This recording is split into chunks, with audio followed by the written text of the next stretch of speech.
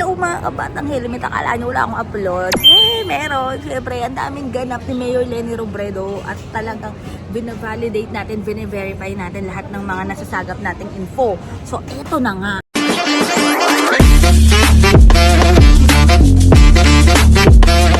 Sa mga nagsasabi dyan na walang nagagawa si Mayor Leni, walang kwenta si Mayor Leni, o pues ito isasampal ko sa inyo.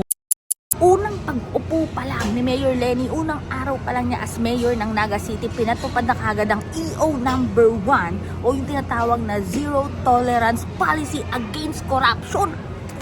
Ha? Tagal ng balita. Matagal ng balita? O pues ipasampal ko na naman dun sa mga corrupt dyan. O diba, ayan nga mga kabatang helmet. Baka hindi nila maaro kung ano ibig sabihin nun. Pues, eto na nga mga kabatang helmet. What if buong Pilipinas pinatupad yung Zero Tolerance Policy Against Corruption? Di ba ang ganda? Walang corrupt. Wala na kayo. So dahil sa policy na yan mga kabatang helmet, maraming magagalit kay Mayor Leni Robredo. Malamang sa malamang kasi makakorap yung mga nandyan eh. At dahil sa policy na yan mga kabatang helmet, yung Zero Tolerance Policy Against Corruption, ang daming mga nag-boom na business sa Naga City. Diba? Saan ka pa? Ang daming mga ang dami nag-open, ang dami nagbukas, ang dami nag-pop up, at higit sa lahat, ang dami nakipag-collab, nakipag-partnership kay Mayor Leni Robredo ng mga business. Business! At ito pa, yung honorary consul ng Spain in Bicol. O diba? Pero ito ngayon mga batang helmet. Sa mga hindi pa nakasubscribe sa amin, huwag kalimutan mag-click na subscribe, mag-like, mag-share, mag-comment na rin kayo. Eto may challenge kami sa inyo mga batang helmet. I-comment nyo nga dyan, kung corrupt si Mayor Leni Robredo. Comment nyo, lagay nyo, Leni corrupt, kung kaya nyo ilagay, Kung kaya nyo, ilagay nyo na rin kung anong corruption yun, diba?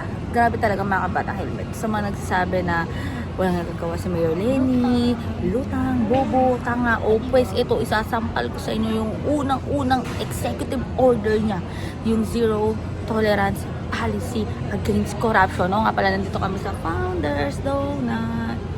So ito nga mga batang helmet, wala pa tayong tulog kasi nagpapiti rin ako, kaya mega love shout out dun sa therapist ko. Ayan, nagpa-therapy tayo mga batang helmet sa Anaya PT. O diba? Video ko pa. Anaya.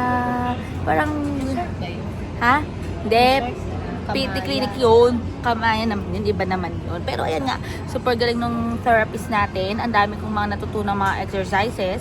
And ang dami niyang mga health teaching na ginawa. So, kaya kayo mga batang helmet, kailangan mag-exercise tayo para yung mga muscles natin hindi natutulog. Pero eto nga, hindi naman din tayo natutulog talaga dahil nag-aabang tayo ng mga ganap. At eto pa, kasama ba si Mayor Leni Robredo dyan sa rally na yan? Siyempre, hindi. Bakit sasama si Mayor Leni sa rally ng mga INC? Unang sa lahat, nagtatrabaho si Mayor Leni ngayon. Super busy siya ngayon. Busy siya. At kung sinasabi ng mga INC na yung rally nga daw nila is against corruption o talaga bate, kwento nyo sa hangin yan. Hindi naman sa kinukundin ako yung mga kapatid natin sa INC. Kasi yung nagtatato sa akin INC yun, solid yun. Pero, diba, sino man yung mga sumama sa rally na yan, napakakupal nyo. Alam nyo kung bakit? Yung mga nagtatrabaho, yung mga kababayan natin, yung taong bayan na lumalaban ng patas sa buhay, inistorbo nyo, upal.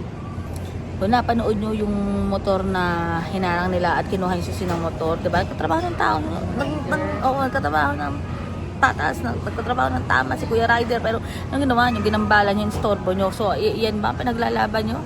Yan ba yung against corruption? Mga kupal kayo, mga yan, gigil na naman ako mga kabatang helmet. O basta comment nyo na dyan kung ano masasabi nyo. Pero ito lang ang masasabi ko talaga.